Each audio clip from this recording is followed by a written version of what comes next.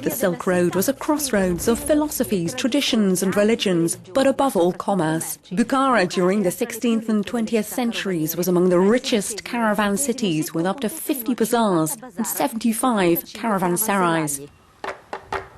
Bukhara developed around trade, and its remaining 4 domed bazaars give us a glimpse of how commerce influenced urban development at the time of the Silk Road.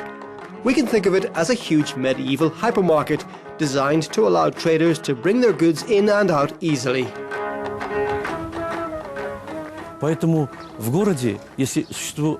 The city had 11 gates, which led to the centre. At the crossroads, trade passages were built. We call them toks. Also, the roads between these toks were covered with sunshades to facilitate trade. The bustling commercial heart of the city, with its streets of shaded stalls, caravanserais and bazaars, formed one of the most colourful and cosmopolitan trading sites in the Islamic world. The main crossroad was covered by a central dome, then smaller domes covered smaller streets. These monumental edifices served as a landmark and protected junctions from the elements, so that the crossroads and the trade would last a long time. To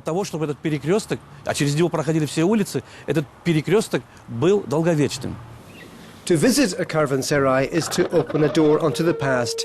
No more than 10 have survived. Ayaz, right in the centre, has just been restored and is still closed to the public.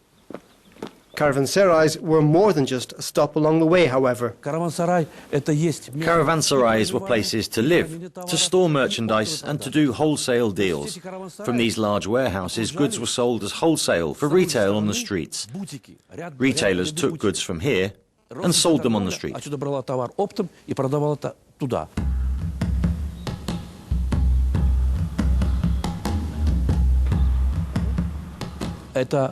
Caravanserais are cultural artifacts. Maybe they're not as sophisticated as religious buildings because they were meant for civil use, but they have a historical importance. You could find all kinds of goods in bazaars, but carpets became Bukhara's trademark.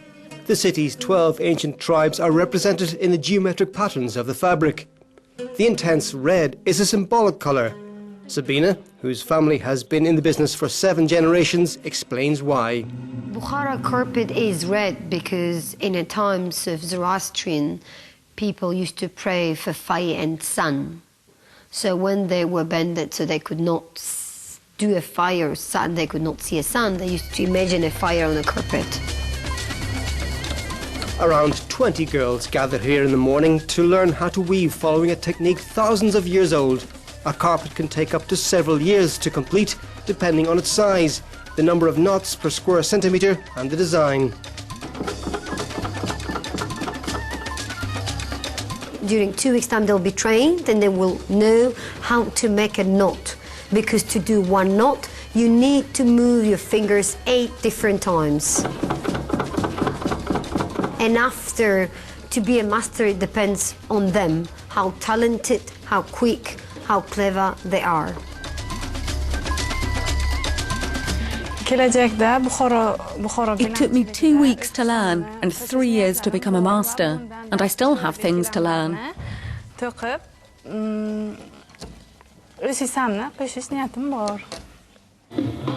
Outside the main tourist areas, Bukhara's ancient narrow streets are quieter, but it's still easy to lose your bearings and sense of time.